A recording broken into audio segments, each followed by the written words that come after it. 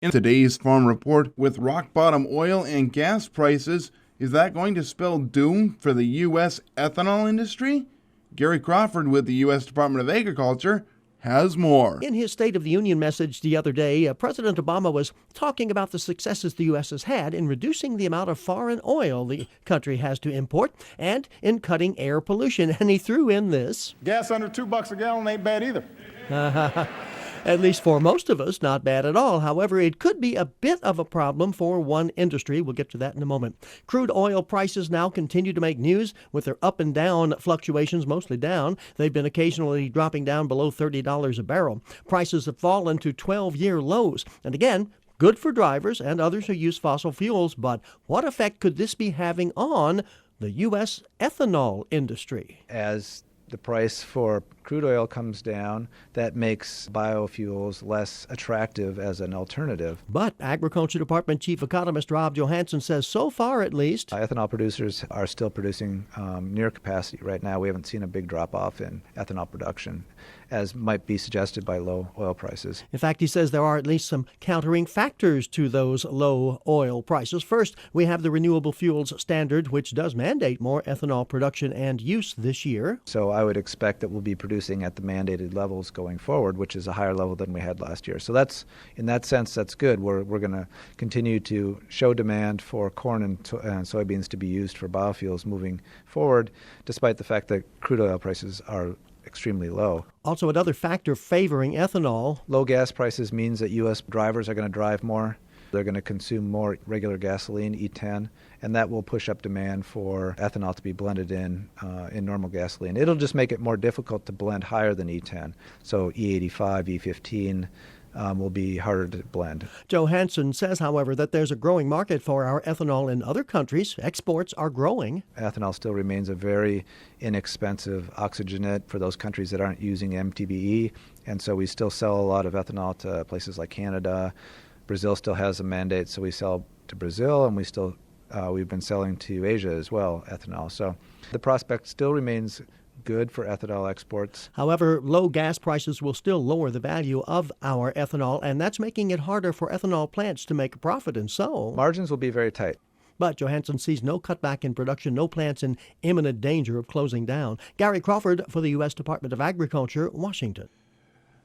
Since Friday's discovery of a high-path avian influenza virus in an Indiana turkey flock, they've been testing the 65 flocks in a 6-mile radius of that facility. We did identify 9 more flocks that had an H7 virus.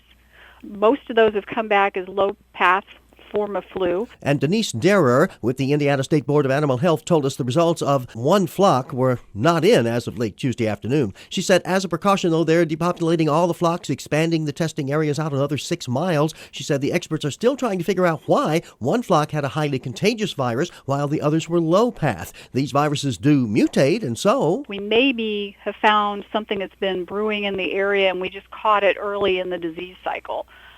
So that it's not going to, explode and turn into a high-path situation. But she says right now they just don't know. Maybe the high-path strain mutated to low. Experts are following up, trying to find out more about the situation. Gary Crawford for the U.S. Department of Agriculture, Washington.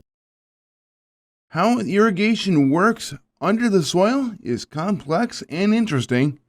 Dan Martins with the University of Minnesota Extension Service Office has more. I had a chance last week to participate in a couple of days of training about research being done related to managing irrigation.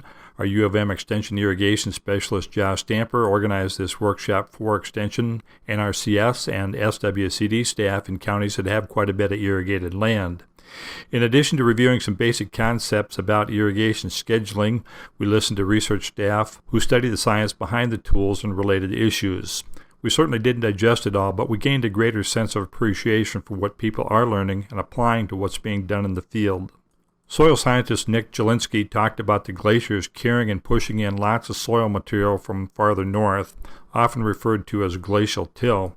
That makes for a landscape and soil profile that's kind of like a tossed salad.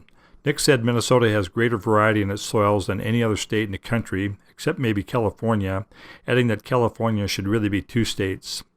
Even the outwash sands that were deposited by water flowing out from the melting glaciers left greater variations than we'd expect as we drive down the road. Farmers, as good students of the land, figure out how to work with these variations across fields and farms.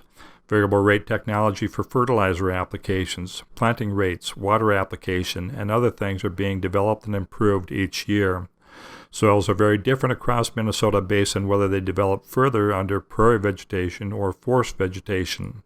A soil physicist explained how water is held and moves into voids between soil particles, and how engineers and irrigation practitioners work with concepts like volumetric water depletion, field capacity, saturation point, permanent wilting point. A lot of this research provides a basis for how measuring tools are used to determine when and how much water is needed. A crop physiologist talked about the physiological and biological process that drives how plants pull water from the soil, how evapotranspiration works, and factors like soil water tension, vapor pressure, humidity, wind, solar radiation, and other factors that play into water use and efficiency. He talked about how water moves from cell to cell, through intercellular spaces, and through the xylem that he described as a miracle of biophysics. Plant breeders study many of these things that look for plants and varieties that make more efficient use of water. Our goal in all of this is to make efficient and effective use of water. Part of this is managing water applications to keep the water in the part of the root zone where plant roots will make the best use of it. It's also a key to keeping soluble nutrients like nitrogen in the root zone where plants make effective use of it and minimize the loss of nitrogen back to the atmosphere, down through the soil profile to groundwater, or off or through the soil to surface water. I know of 3 irrigation workshops this week that farmers attend to keep up to date with what's being learned about irrigation, and the State Irrigation Association of Minnesota Conference will be held in Freeport on Thursday, February 18th. Hats off to learning. I'm Dan Martins with U of M Extension. In the beef sector this year, year over year, we expect beef production to increase and those cattle prices to soften. Agriculture Department Outlook Board Chairman Seth Meyer, he's forecasting beef output to go up almost 4% from last year, and steer prices, we're down a little over $11 year over year. Right now, USDA forecasting steers to average almost $137 a hundredweight, down 7.7%. However, don't carve that in stone. First, we've just started 2016. Secondly, we'll have more information in a few days. First, this Friday, a new look at cattle feedlot activity and inventories. Then the Friday after that, January 29th, a cattle inventory report covering all cattle, all types. Now, this will give us a bit more information, so we'll be observing this to look at heifers that are out there and what is going on in the market that we don't see from simply placements in the feedlot. So it'll be a good report to watch in terms of where this market's headed. In Washington, Gary Crawford for the U.S. Department of Agriculture.